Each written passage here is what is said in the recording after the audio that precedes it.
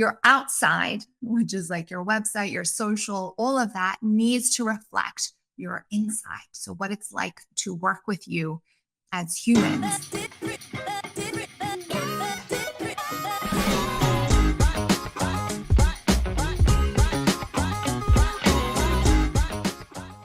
Hello, and welcome to episode 1 of season 3 of The New School. So, this season is all about how to drive organic growth with the power of your marketing. It's also the first season where I'm rocking it solo, so I'm very excited about that. I'm imagining that we're having a one-to-one conversation. We're getting to know each other a little bit better. And my goal is to be your one-to-one consultant and guide in helping you drive meaningful growth for your firm. So the way that I've set up this season is everything that I'm going to cover is relevant to you, whether or not you're an advisor that's sub 500 million in AUM, all the way up to the mega RAs that are 20 billion plus and actively acquiring, because that's the makeup of our clients. So we have the opportunity to work with those firms of all shapes and sizes. Every episode is going to build on the previous episode so that you have really tangible, thoughtful framework of how to apply what we call new school marketing in your firm. So these are all the same frameworks that we use with our clients. And now you get some insight into them, and hopefully you can start rocking them and get a lot of really cool results. So in this episode, from slow to flow, moving beyond your growth plateau, I'm going to cover why your growth has stalled. So we'll go through all the reasons, the context that you've been missing, the modern consumer's buying journey and why it matters, and then what to do about it. So why has your growth stalled? Hopefully I can give you some validation to some of the things that you've been experiencing, thinking about, intuiting, and or uncover some blind spots that may be helpful for you in your business. So this is what we see across the board when firms come to us. So the number one reason your growth may have stalled is you've skipped some steps. Maybe you're chasing trends, but ultimately you don't have a documented strategy. When I say documented, like it is literally written down. What this looks like is you may be engaged in marketing activities, events, maybe you've got some content, but you actually don't know if they're the right activities. And when you ask yourself the question of like, how do I know what's actually working?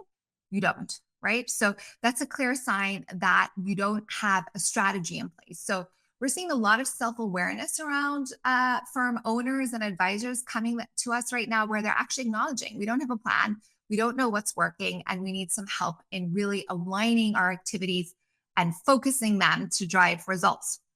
So that's number one. So that's an easy one. You need a strategy. The second thing is maybe you've really approached your marketing from an outside-in approach or a really intellectual perspective. So maybe you worked with a consultant or you did it yourself or you were in a workshop and you did a competitor analysis of what firms like yours are saying and doing. And then you created messaging that kind of put you in a unique position or differentiated you from your competitors. So it's a very intellectual perspective. And so your messaging may be focused on your services, your investment platform. When I say messaging, I mean your messaging on your website, your social media, your content, even your client communications could be focused on your services, your investment platform, and why you're different from your competitors versus empowering you to own your unique, authentic positioning, messaging, and perspective. A third reason that your growth may have stalled is you don't have one clear understanding of your ideal client. So you may say, we're very clear on our target client. They're high net worth, they're 50 to 60 years old, and they live in the local area. Almost every advisor says that. And it's a good start. It's a good start, but it's not enough, right? So when you think about creating content or marketing, you need to speak into the worldview and the mindset of a very specific type of person. And you need that, again, to be documented. It's kind of like that idea of like when you're creating goals, you write them down, there's a higher chance that they actually happen. The same is true with your marketing. So that ideal client persona needs to be written down, and everything that you do needs to be targeted to that person. And I'm not saying you have to have a niche, although a niche is great, right? You do need, however, a really clear, really deep understanding of your target client. What we see often is sometimes firms will have a documented version of their ideal client. And I say, that's wonderful, that's great, but it's something that you've made up, right? Maybe you did a workshop or you had a consultant and you were guided through that process, but you just made it up. It's someone who's not based in reality. So that can be an issue. The second thing is it's really hard to market to three different types of people or three groups of people or five groups of people, which is often what we see. Because I think the way that to think about it is like if you're having a dinner party, it's really hard to create an experience and cater for different types of people all at one event. So let's say you're inviting vegans, you're inviting carnivores, and then you're inviting people who kind of eat everything. It's difficult to cater, although you can do it. I know a lot of firms get really stuck there and they're like, we want to market to three different people. It's really hard because what happens is your focus and your resources are split. So you can't be as effective as you'd like to be. All right, I'm looking at my list here. I think ultimately, maybe you've done the reading, you've done the listening, you're creating a content, but you don't know if it's right. So that goes back to strategy. You're not clear who you're for. And honestly, when we look at your website, when we look at your content, when we look at your social media, we don't know who you are and who you're for because you've done that intellectual outside-in approach. All right. So maybe you've got something there that I haven't covered. I don't know. If you have, email me. I'd love to hear, but I think those are like the big ones. So let's talk about the modern consumer's buying journey, which is the context you've been missing. All right. So why do all of those issues that I covered even matter to your marketing? Well, if you think about a prospect and think about this through your own lens, if you're referred to a professional, what do we do as modern consumers? We go online and we stalk the person. So we check out their website, we watch their videos, we look at their social media, and we decide whether or not we want to work with them. So we validate them online. And as a modern consumer, the number one question we're asking is, do they work with people like me? Right. And so if I can't ascertain really clearly that you work with people like me, because maybe you're marketing to three different types of people, or it's not clear, you've probably lost me. Right. So the way I like to think about this is, let's imagine that we're in a room, we're at a cocktail party of a big event, and there's 100 advisors, and they're phenomenal advisors. They're the best advisors, so qualified, so caring, all the things. And we're having a cocktail hour, and three qualified high net worth prospects walk in the door, and they're looking for an advisor. Naturally and intuitively, those three prospects are going to be drawn to only a certain group of people or certain people in that room, even though there's 100. Why? Because we're all subconsciously signaling to each other our worldviews, our values, and our beliefs by the way that we hold ourselves, by the way that we speak, by the way that we dress, right? And so the role of your marketing is essentially to take that and demonstrate it, articulate it in a way where we can really, as consumers and prospects, identify who those people are, who we feel a match in worldviews and values, right? So you might be phenomenal at everything you do. Your firm may have incredible client experience, all the things. We're just going to be naturally drawn to certain types of people and wanting to work with certain types of people. It's natural, it's the instinct. And so if you're showing up authentically in your marketing, you're clear on who you're for, then they can find you. And if you're not, that becomes an issue of why your growth is stalled. So your outside, which is like your website, your social, all of that needs to reflect your inside. So what it's like to work with you as humans, as advisors, what that experience is like. And if I can't get a sense of that from your digital presence and your marketing, then I'm really going to miss the opportunity to get to know you.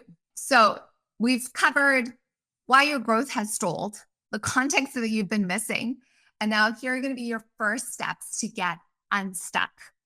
So I know you want to just go straight into the tactics. You want to be like, Candace, what should I do with my website? What should I do with my social media? Should we be podcasting or YouTubing? I understand our clients always want to move straight into execution, even though they've come to us for strategy work first. They want to do that, right? So the foundational work or return to fundamentals are essential to make you help you make decisions really intelligently. So the way that we think about it is your first steps to get unstuck is an inside out approach.